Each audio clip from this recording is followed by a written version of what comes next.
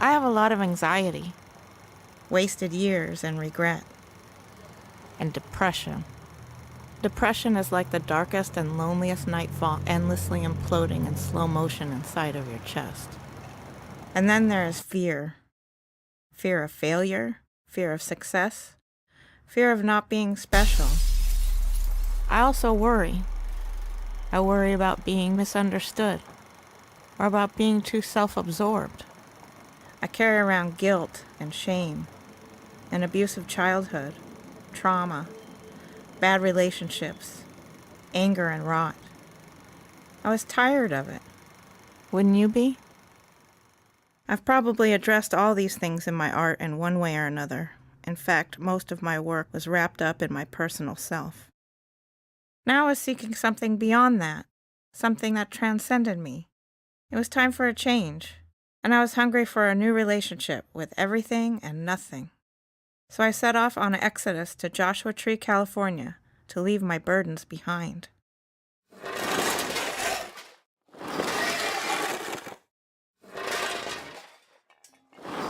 I stayed in a house near the west entrance to the park. It's funny because I never thought I would like it here in the first place. It sounded like the last place I wanted to go. I imagined being bitten by fire ants and snakes, and being attacked by vicious wildcats. I worried about getting bats caught in my hair. But I found this great little house. It was small and remote. When I came here for the first time, I only stayed for 3 days, but for the first day and a half, all I heard was a high-pitched ringing. I couldn't shake off the city or the drive that was still in my head.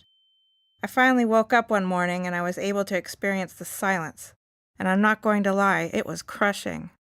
Some people call it a deafening silence. The desert is a wide open space with a giant sky, but the sound was soft like pillows. Even the echoes were muffled, but you could still hear the millions of birds and the breezes. Yes, this was a special place, and now I had come back here to fulfill a greater purpose. But the best laid plans of mice and men often go awry. I originally came to draw and document an artistic experience, maybe even change my style. I wanted to change my subject matter and stop wallowing in my past.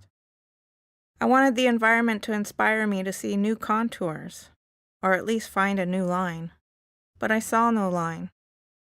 I tried doing daily video diaries to inspire myself, but I realized I was looking for an artistic discovery, like some sort of out-of-body experience. I wanted to take an exodus from myself, but I discovered that all my anxiety and my burdens had come with me.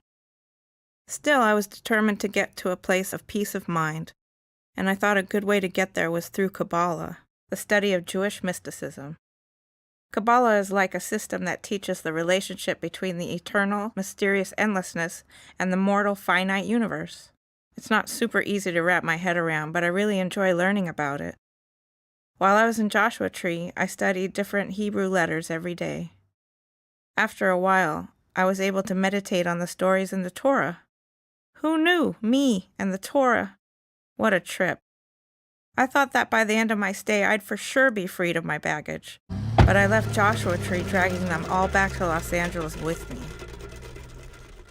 When I got back to my studio, I went over all the preliminary drawings I did in the desert, and all I had were 6 by 6 inch sketches of circles.